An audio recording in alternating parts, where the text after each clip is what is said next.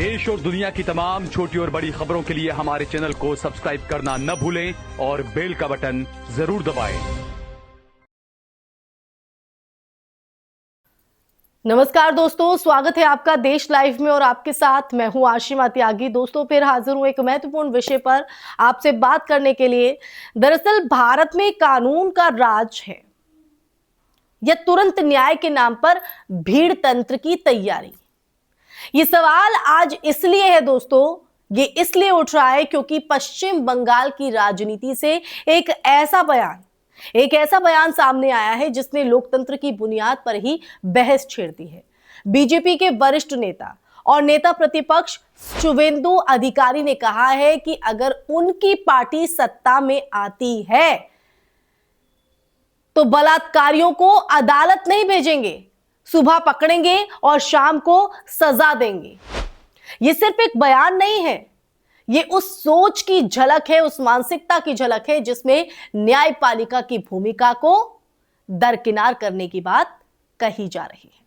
तो आज इसी संदर्भ में होगी बात। क्या है ये पूरा वाक्या, क्या है पूरा सच और क्या है इस बयान के मायने, सब जानेंगे दोस्तों। लेकिन उससे पहले आप लोगों से अपील, इंसाफ के आवाज को बुलंद करने के लिए और सच्ची पत्रकारिता के लिए हमारा यानी देश लाइव का सहयोग करें। साथ ही डिस्क्रिप्शन में दिए गए लिंक को ओपन कर ज्वाइन बटन दबाकर आप हमसे यानी देश लाइव से सीधा जुड़ सकते हैं दोस्तों। तो दोस्तों आज जिस संदर्भ में हम बात करने जा रहे हैं, क्योंकि जब जब पश्चिम बंगाल की बात आती है तो जो माहौल है, जो सियासी फिजाएं हैं, वो कहीं ना कहीं गर्म नजर आती है। लेकिन जिसका जिक्र मैंने किया है, जो बयान का जिक्र किया है, अब जरा आप रुककर सोचिए, भारत का संविधान क्या कहता है? कानून का शासन यानी रूल ऑफ लॉ इस देश की मूल आत्मा है। इसका मतलब है कि हर अपराधी को सजा मिले, लेकिन न्यायिक प्रक्रिया के तहत मिले। जांच, सबूत, सुनवाई और फिर फैसला। लेकिन जब कोई निर्वाचित प्रतिनिधि यह कहता है कि अदालत की जरूरत ही नहीं, तो ये सीधे सीधे संविधान के उस ढांचे को चैलेंज करता है, उसको सीधे चुनौती देता है जिस पर पूरा लोकतंत्र टिका हुआ है। शुवेंदु अधिकारी के बयान में एक और महत्वपूर्ण बात थी।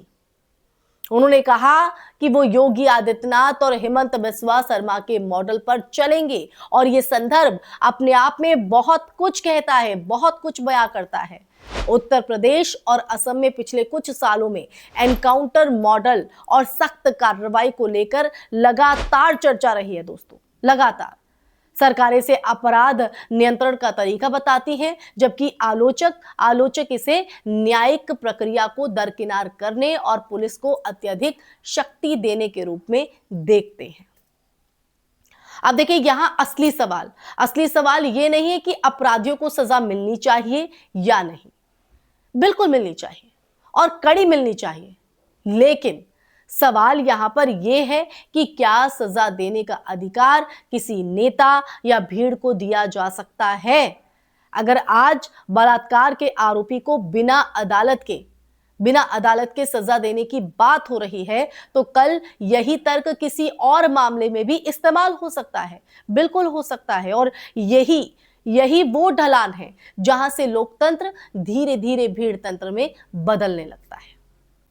पश्चिम बंगाल की राजनीति पहले से ही, जैसा कि मैंने शुरुआत में भी जिक्र किया, पहले से ही हिंसा और टकराव के आरोपों से घिरी रही है। जब उसकी बात आती है तब हम देखते हैं कि माहौल गरमाया है, चाहे वो चुनावी हिंसा हो या कार्यकर्ताओं के बीच झड़पें।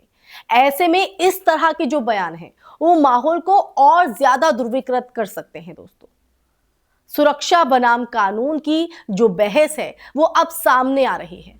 वो बेहद खतरनाक मोड़ भी ले सकती है, क्योंकि अगर जनता को यह विश्वास दिला दिया जाए कि अदालतें धीमी हैं और इसलिए उन्हें दरकिनार करना सही है, तो फिर कानून पर भरोसा ही खत्म हो जाएगा। कैसे कायम होगा वो भरोसा?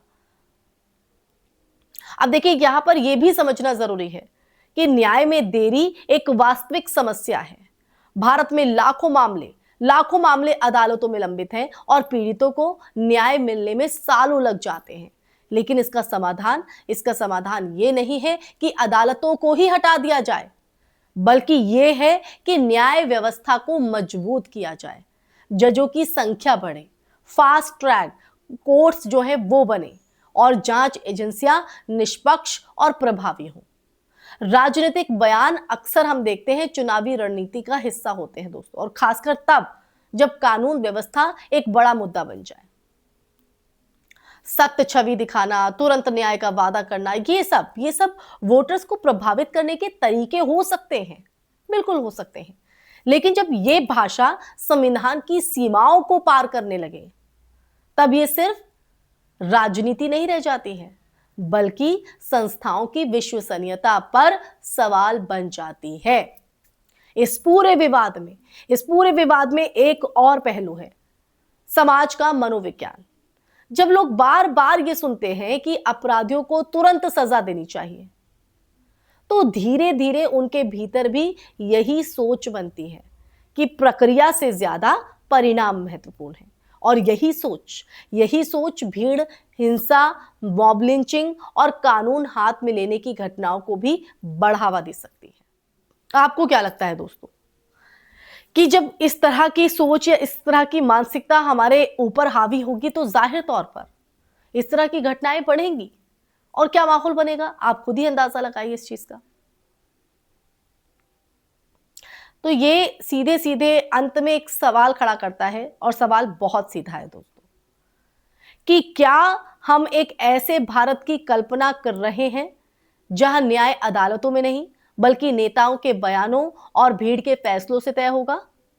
अगर हां, तो फिर संविधान, न्यायपालिका और कानून की किताबों का क्या मतलब रह जाएगा? और अगर नहीं, तो फिर ऐसे बयानों पर सिर्फ राजनीतिक बहस नहीं बल्कि गंभीर संवैधानिक सवाल उठाने की जरूरत है।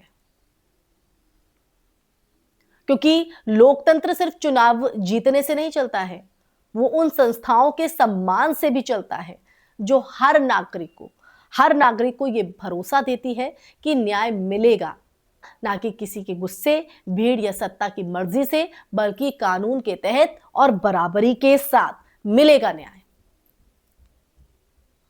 तो दोस्तों, इन्हीं पंक्तियों के साथ इस चर्चा में फिलहाल के लिए बस इतना ही। ये चर्चा आपको कैसी लगी? इस चर्चा पर आपकी क्या राय है? आप मेरी बात से कितना इत्तेफाक रखते हैं? कमेंट सेक्शन में कमेंट करके जरूर बताइएगा दोस्तों, क्योंकि आपकी राय, आपका नजरिया देश हित और देश लाइव दोनों के लिए बहुत महत्वपूर्ण है। साथ ही इस वीडियो को ज्यादा से ज्यादा शेयर कीजिएगा, ताकि इस सच से देश का हर नागरिक रूबरू हो सके और सही गलत और माहौल में जिस तरह से जहर घोलने का काम एक मानसिकता करती है, उसके खिलाफ अपनी आवाज को बुलंद कर सके। इसी के साथ हमारे चैनल देश लाइव को सब्सक्राइब भी कीजिएगा, ताकि देश लाइव आपको ऐसे ही सच से रूबरू कराता रहे। फिर हाजिर होंगी ऐसा ही एक मुद्दा लेकर, तब तक के लिए अपना ख्याल रखिए। जय हिंद, जय भारत, नमस्कार।